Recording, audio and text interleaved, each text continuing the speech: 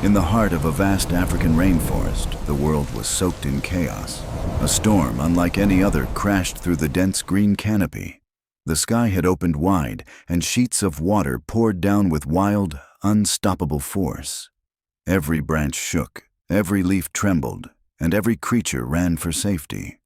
In the middle of that fury, a family of gorillas fought their way through the storm. Kano, the mighty silverback, led the way up a steep, muddy slope. His enormous frame moved with power, yet his heart was filled with worry. Behind him came Mira, his gentle mate, clutching their tiny baby, Tiko, against her chest. The baby's small fingers gripped her fur with all their strength, his little body shaking from the cold. The rain was merciless. The stream that once flowed softly beneath their home had turned into a river of brown, churning water. They had to reach higher ground before it swept them away. Kano moved first, using his arms to pull himself up the slippery hill. His family followed, step by step. Then, without warning, it happened. A roar of thunder, a sudden rush of water came tearing down the slope, a flash flood, wild and unstoppable. Mira screamed as the wave slammed into her, throwing her off balance. Her feet slipped in the thick mud, and her arms flailed desperately. In one terrible instant, her grip on little Tiko broke. The baby was gone. He was swept away by the raging brown torrent, his small body disappearing beneath the violent surface. Mira's cry pierced the jungle. It was not a sound of an animal. It was the sound of a mother's heart breaking. Kano roared, a thunder of pain and fury, and without a second thought, he dove straight into the flood. He fought against the current with all his strength. Logs and branches struck him, mud filled his eyes, but he did not stop. Every stroke was driven by love, by the desperate need to save his child. And then, finally, through sheer force and will, Kano reached a patch of grass. He dragged Tiko's small, still body from the water and laid him down. The baby did not move. Mira stumbled toward them, trembling, soaked, her breath shaking. She dropped beside her son, gathered him into her arms, and rocked him gently. Her cries grew softer, lower, filled with grief too deep to describe. Kano slammed his fists into the mud, roaring again and again.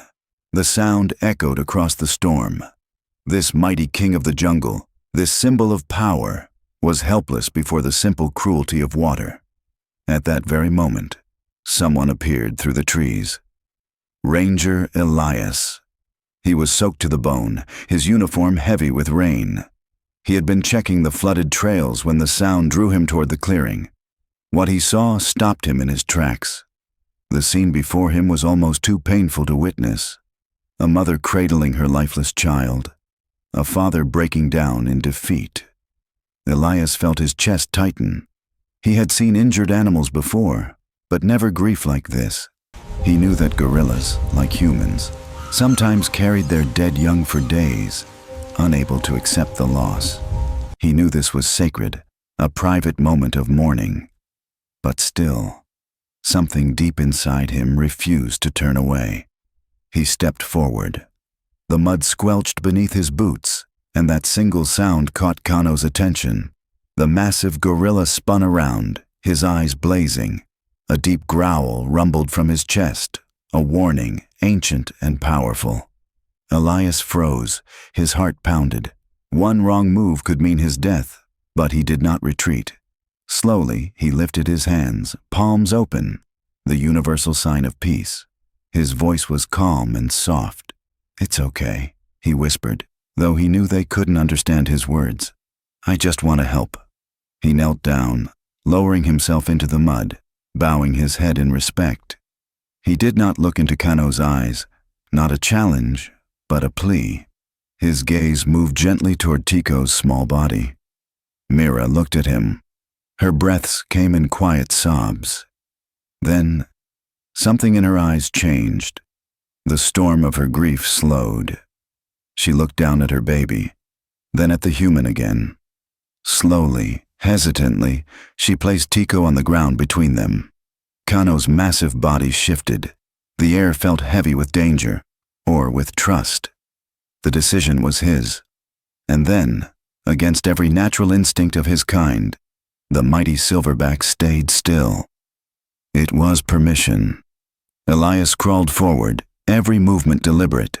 His hands trembled slightly, but his focus was absolute. He touched the tiny chest of the baby gorilla and felt nothing. The silence was unbearable. He began chest compressions, gently, carefully, his hands pressed in rhythm, over and over again. The storm roared above them, but his world had shrunk to the size of a small, motionless body. He bent down and breathed into the baby's tiny mouth, one breath, then another. The act was so pure, so tender, it was as if nature itself had paused to watch. Mira whimpered softly. Kano rumbled behind him, the sound low and full of tension, but he did not attack. He waited. Elias continued, counting silently. Press, breathe, press, breathe. Minutes passed like hours. His arms burned with exhaustion. His clothes clung to him, soaked in mud and rain. But he did not stop. "Come on, little one," he whispered. "Come back." And then, in the middle of that terrible silence, a sound, a small cough. It was faint, broken, but real. A tiny burst of air escaped from Tiko's mouth, followed by a weak gasp. His chest rose, shallow but steady. Mira froze, her eyes wide. Then she let out a cry so loud, so filled with relief, that even the thunder seemed to quiet. She pulled Tiko close, rocking him as his tiny body twitched and breathed again. Kano lifted his head to the sky. His roar filled the jungle. Not of anger, but triumph. It was a sound that celebrated life itself. The storm began to fade, the clouds breaking apart to reveal the first rays of light. Elias sat back, his chest heaving, mud streaked across his face. He had done it. Against all odds, the baby lived. The silverback turned toward him. Their eyes met, man and beast. Two fathers, both changed forever. Slowly, Kano took one great step forward, then another. Elias did not move.